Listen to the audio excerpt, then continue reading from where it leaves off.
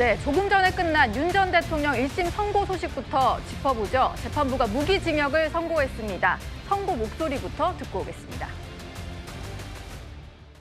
형법 제91조 제2호가 적용되는 이른바 국헌문란 목적 내란죄는 대통령도 저지를 수가 있습니다. 국회의 기능을 제대로 할 수 없게 만들려는 목적을 가지게 되었던 것이고, 그 목적을 이루기 위한 수단으로 비상계엄, 병력 출동 및 국회 봉쇄 시도 등의 행위에 나아간 잘못을 저지른 것은 명백하게 구분되어야 합니다.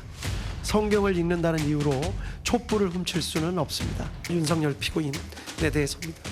범행을 직접 주도적으로 계획했고 다수의 많은 사람들을 범행에 관여시켰습니다. 막대한 사회적 비용이 초래됐고 피고인이 그 부분에 대해서 사과의 뜻을 내비치는 모습을 찾아보기 힘듭니다. 또 이 사건 재판이 진행되는 과정에 별다른 사정 없이 출석을 거부하기도 했습니다.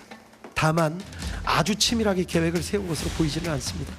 실탄 소지나 직접적인 물리력, 폭력을 행사한 예는 거의 찾아보기 어려웠습니다. 대부분의 계획이 실패로 돌아갔고 범행 이전에 아무런 범죄 전력이 없고 현재 65세의 비교적 고령입니다. 주문을 선고하도록 하겠습니다.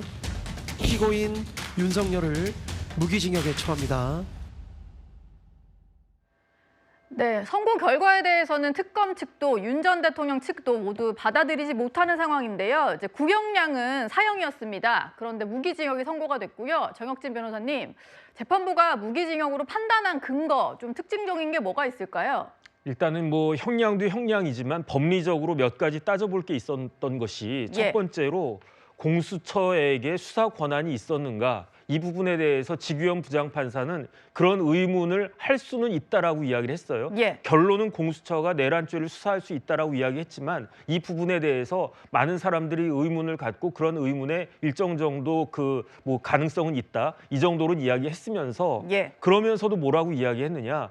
만약에 공수처가 수사한 것들이 다 위법 수사라서 그 부분의 증거를 다 뺀다고 하더라도 나머지 증거만으로도 내란죄가 충분히 인정될 수 있다, 이런 이야기를 갖다가 했고요. 그다음 또 중요한 건 뭐였냐면 국헌문란의 개념이거든요. 우리나라 형법에 국헌문란에 관련해가지고 명확하게 규정을 하고 있는데, 그럼에도 불구하고 그 이야기는 뭐냐면 기존 판례가 국헌문란이 되려면 상당한 기간의 시간적 상당성이 있어야 되기 때문에 그런 부분이 좀 미흡하지 않느냐, 이렇게 그 윤석열 대통령 측에서는 주장을 했었는데, 그 부분에 대해서도 충분히 이번 사건 같은 경우에 국헌문란에 해당한다라고 이야기를 한 것 같고요. 이 부분 관련해가지고는 기존의 그 한덕수 전 총리나 이상민 전 장관의 재판부에서 이야기했던 것과 큰 차이는 없어 보이고, 그럼에도 불구하고 사형 선고를 하지 않은 것은 아무리 그렇다고 하더라도 윤석열 대통령이 초범이고 여러 가지 장량 감경할 그러한 사안이 있었던 것으로 판단이 되고, 그다음 실질적으로 사형을 선고한다고 해도 무기징역과 큰 차이가 없는 게 우리나라의 현실이라고 한 점, 이런 부분들을 감안해가지고 유죄의 무기징역 선고를 한 것이 아닌가, 그렇게 판단이 됩니다. 이게 30년 만에 같은 법정에서 내란 우두머리 혐의에 대한 재판이 있었던 건데, 앞서 전두환 전 대통령은 사형이 구형됐고 사형이 실제로 선고가 됐었고요. 윤 전 대통령은 구형량은 사형이었지만 무기징역이 선고된 상황입니다. 다음 그래픽을 좀 보시면요. 윤 전 대통령 측에서는 일관되게 이렇게 주장을 했었습니다. 반국가 세력이 국회에 이제 국가 위기를 계속 초래하고 있어서 자유민주주의 체제를 수호하기 위해서 계엄을 선포한 거다, 이렇게 얘기를 했는데, 재판부에서는 명분과 목적을 혼동한 주장이다, 성경을 읽는다는 이유로 촛불을 훔칠 수는 없다, 이런 표현을 썼습니다. 장윤미 대변인께 좀 여쭤보겠습니다. 여러 가지 윤 전 대통령 측에서 했던 주장이 재판부에 의해서 다 깨진 걸 같은데요. 어떻게 보셨습니까? 그러니까 이 성경을 읽는다는 이유로 촛불을 훔칠 수 없다라는 것도 이 실시간으로 속보가 타전될 때 상당히 좀 주목을 하는 그 글귀였는데, 이 부분도 그렇습니다. 누차 윤석열 전 대통령 측에서 이야기했던 부분은 이 계엄이라는 건 비상계엄이 어떤 경종을 울리는 성격이 분명히 있었고, 계몽령이라는 이야기 이야기가 나오는 맥락도 국회에서 번번이 이 야당이 발목을 잡고 국정 운영에 저해가 됐다라는 문제의식을 상당히 강하게 갖고 있었고 예. 여기에 대해서 직위원 재판부도 그 당시 상황을 매우 구체적으로 이야기를 하면서 한탄을 하기도 하고 상황을 토로하기도 하고 김용현 전 장관과 이런 부분에 대한 논의를 하기도 했었는데 아무리 그렇다 손 치더라도 이 불법 계엄이라는 건 본인이 이 국정 운영을 원활히 하기 위한 하나의 수단이었다고 하지만 이게 사실상 정당화될 수 있는 사유로 법원에선 판단할 수가 없다. 그러니까 이 본인의 주장이 설사 맞다고 하더라도 내란을 수단으로 해서 이런 폭력성을 수반한 이 수단을 가져오면서 국가를 상당히 어지럽게 한 부분에 대해서는 사실상 이 용서를 받을 여지가 없다라는 취지로 이야기를 하면서 이런 비유적 표현을 써서 또 상당히 또 화제가 그 주목도를 끌기도 했습니다. 예. 일단은 윤석열 전 대통령이 선고 이후에 변호인들을 향해서 좀 웃음을 짓는 모습을 보이기도 했는데요. 이현정 의원님, 네. 어떤 의미의 웃음이라고 봐야 될까요? 글쎄 뭐 그동안 법정에서 보여줬던 윤 전 대통령의 어떤 그런 뭐 태도를 그냥 반복한 게 아닌가 싶습니다. 본인은 여전히 이 비상계엄은 대통령의 고유 권한이다, 뭐 계몽령이다, 국민들에게 알리기 위해서 했고 또 총 한 방 쏘지 않는 내란이 어딨냐, 뭐 이런 입장을 유지했지 않습니까? 예. 아마 그런 차원에서 여전히 반성의 어떤 가능성이 없다라는 걸 또 한 번 보여주고 있는 것 같습니다. 오늘 온 국민들이 여기에 집중한 이유는 그동안 444일 동안 정말 대한민국은 혼돈의 연속이었습니다. 12.3 비상계엄 이후에 대통령 탄핵이 있었고 그 이후에 또 대선이 있었지 않습니까? 지금도 많은 사람들이 이걸로 이제 고통받고 있습니다.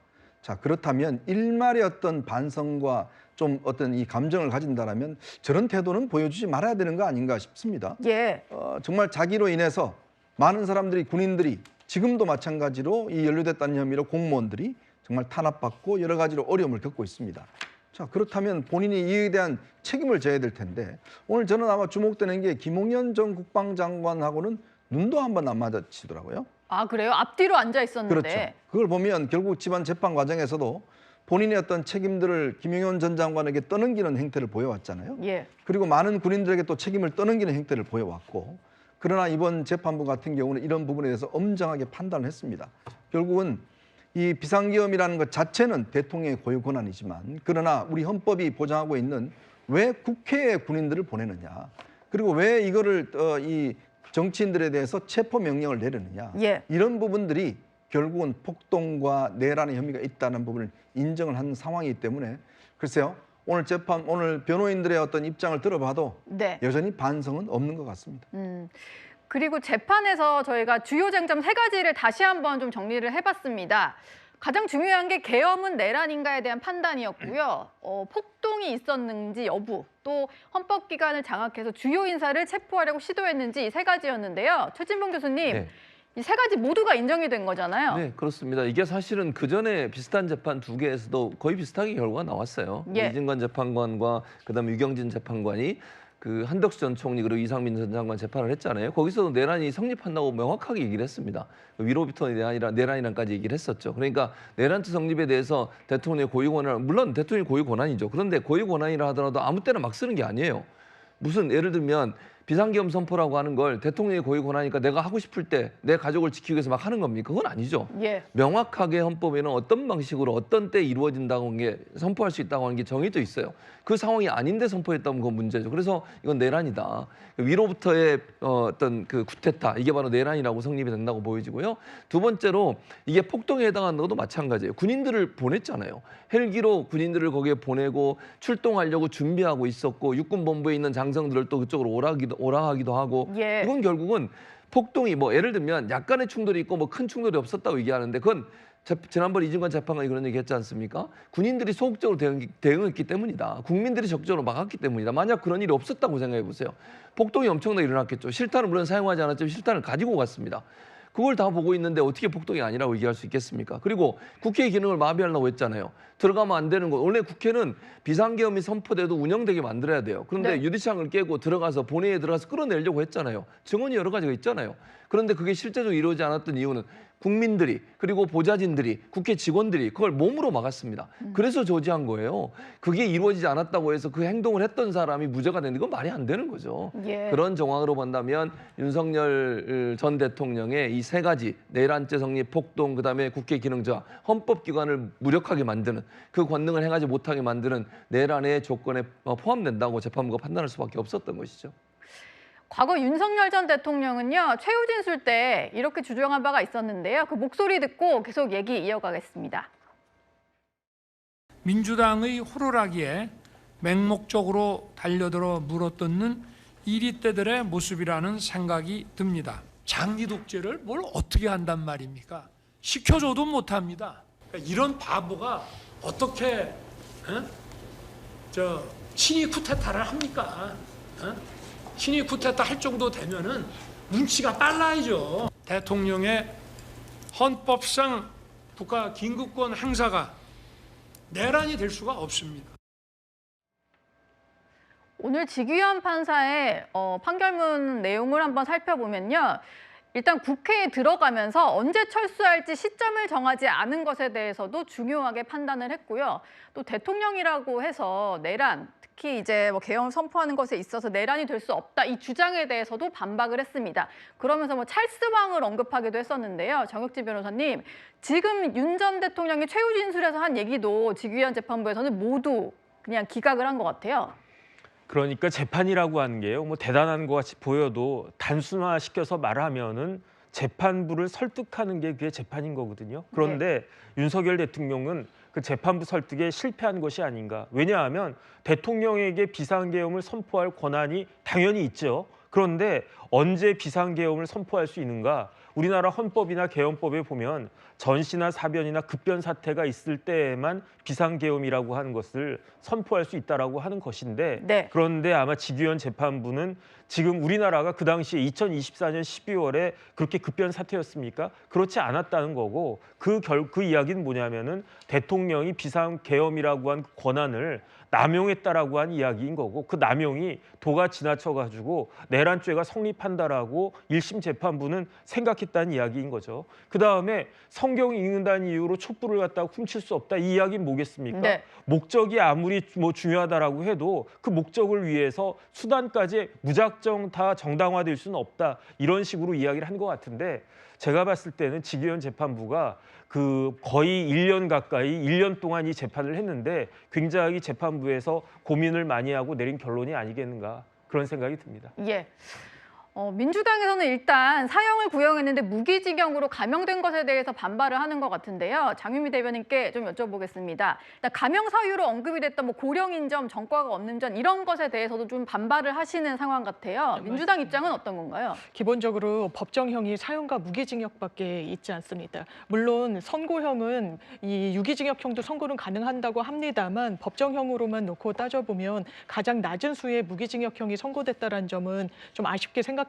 이런 입장 나오고 있는 상황이고, 기본적으로 고령인 점 그리고 전과가 없다는 점을 압도하는 비난 가능성이 있습니다. 그 점의 어떤 무게에 대해서 재판부가 제대로 새긴 부분은 있는 것인지 의문이 가는 부분이 있고, 그리고 유혈 사태로 번지지 않은 점, 그리고 짧은 시간 내에 이 종결이 된 점은 양형 사유로 참작하진 않았습니다만, 이건 피고인 윤석열의 어떤 양형 참작 사유로 참작조차 해서는 안 되는 사유이기도 했었습니다. 그리고 더 넘어서 재판부에서는 비교적 치밀하지 않은 이 쿠데타였다라는 점을 거론하기도 했는데요. 네. 치밀하지 않았다는 건 기본적으로 이 부분과 관련해서 정치력과 또 어떤 능력의 부재인 것이지, 일부러 양형에 참작이 되는 어떻게 보면 좋은 사유로 판단하기에는 이 대단히 부적절한 부분도 있어서, 이런 부분에 대한 어떤 그 항소 여부를 가르는 데도 판단의 기준이 될 것 같습니다. 윤 전 대통령은 앞으로도 남은 재판들을 계속 받아야 하고요. 오늘 함께 선고가 나온 사람들에 대해서도 좀 짚어보겠습니다. 김영환 전 장관은 징역 30년이 선고가 됐고, 노상원 전 사령관 같은 경우는 노상원 수첩이 좀 조악하다는 이유로 징역 18년을 선고받았고요. 조지호 전 청장은 징역 12년, 김봉식 전 청장은 징역 10년 등을 선고를 받았습니다. 국민의힘이 당 차원의 입장을 낼지도 주목을 받았었는데 일단 공식 입장은 나오지 않았고요. 어제 장동혁 대표는 저희 뉴스A에 나와서 이렇게 얘기를 했습니다. 뭐 여러 고민들을 하고 있습니다. 또 선거 아, 결과에 예. 따라서 또 입장이 조금 다를 수도 있을 것 같고요. 예. 뭐 전환에 대한 입장은 우리 당에서 여러 차례 그동안 밝혔다고 생각을 합니다. 예. 지금 절연보다 더 중요한 것은 전환이 아닌가. 전환. 우리 국민의힘은 태도를 전환하고 이슈를 전환하는 그런 것이 필요하다고 생각합니다. 장도연 대표님이 입장을 내시는 시기는 아직 뭐 결정이 된 건 아니지만 좀 더 미루고 내일 아침 일찍 낼 가능성이 좀 크지 않을까 생각이 됩니다. 저희가 메시지가 토요일 내게 고려하여서 이제 발언을 할 것 같습니다. 내일 아침쯤에 낼 것 같다라고는 하지만 저희 방송 시간에 만약에 입장이 나오면 또 발빠르게 전해드리도록 하겠습니다. 오세훈 서울시장은 입장을 냈는데요. 저륜을 역시 언급을 했습니다. 일단 비상계엄에 대해서 사과를 또 한 번 했고요. 저륜이 어떤 당의 분열을 조장한다는 일각의 지적에 대해서 분열이 아닌 새살 돋는 과정이다 이런 얘기를 했는데 이현정 위원님. 네. 장도연 대표가 절연보다는 전환 얘기를 했는데 이걸 두고 당내가 또 계속 시끄럽더라고요. 어떻게 들으셨나요? 언제까지 고민을 할 것인지 정말 기가 막힙니다. 정말 제1야당의 지도자라면 이미 예상됐던 상황 아니겠습니까? 그동안 많은 시간들이 있었습니다. 특히 지난 12월 3일 지난해 1주년이 있었습니다. 자, 그날 또 입장을 밝히지 않았어요. 그날은 오히려 비상계엄이 민주당 때문에 일어났다라고 그런 입장을 밝혔지 않습니까? 자, 그날 송원석 원내대표만 입장을 밝혔었죠. 예. 그 뒤에 또 기자회견을 통해서 입장을 밝혔지만 윤석열 전 대통령 문제에 대해서 그냥 과거라고만 퉁쳤죠. 네. 그리고 이 정확하게 윤석열 전 대통령의 관계에 대한 설정을 하지 않았습니다. 그동안 입장을 피력했다고 하는데 저는 기억에는 제가 볼 때에는 윤석열 전 대통령 관계에 대해서 그런 입장을 발표한 적은 저는 기억이 잘 나지 않습니다. 자, 그렇다면 오늘 전 국민이 다 압니다. 이날 판결을 내릴 거라는 것을. 그렇다면 지난 연휴 동안 정말 이 국민의힘 지도부가 거듭거듭 토론을 하든지 간에 어떻든 간에 이 결론이 나오면 국민들에게 입장을 밝혀야 되는 게 도리 아닌가요? 예. 근데 또 하루가 지나고 하겠다? 글쎄 하루가 지나고 할지 안 할지도 모르겠습니다만은 그러나 이렇기 때문에 지금 절연과 전환이라는 거는 절연을 해야 전환할 수가 있는 거예요. 절연과 전환은 동떨어져 있는 사안이 아닙니다. 절연을 해야지만이 그 다음에 뭔가 다른 걸로 전환할 수 있는 거 아닙니까? 논리적으로 본다면. 근데 절연은 하지 않으면서 전환은 하겠다? 무슨 힘으로 하죠? 예. 자, 지금 많은 국민들이 오늘의 이 내란죄 관련된 판결을 보면서 다 마음속으로 어떤 결론을 내리고 있습니다. 그리고 지금 오세훈 시장, 한동훈 전 대표 다 입장을 발표하고 있어요. 왜 입장을 발표 못하는 거죠? 그동안 그렇게 질문을 많이 했는데 아직까지 대답이 준비되지 않았다는 것은 저는 제1야당의 대표로 자격이 없다라는 말씀을 드리고 싶습니다. 예. 많은 사람들이 메시지를 기대했는데 내일 나온다면 어떤 메시지일지 좀 지켜보겠습니다.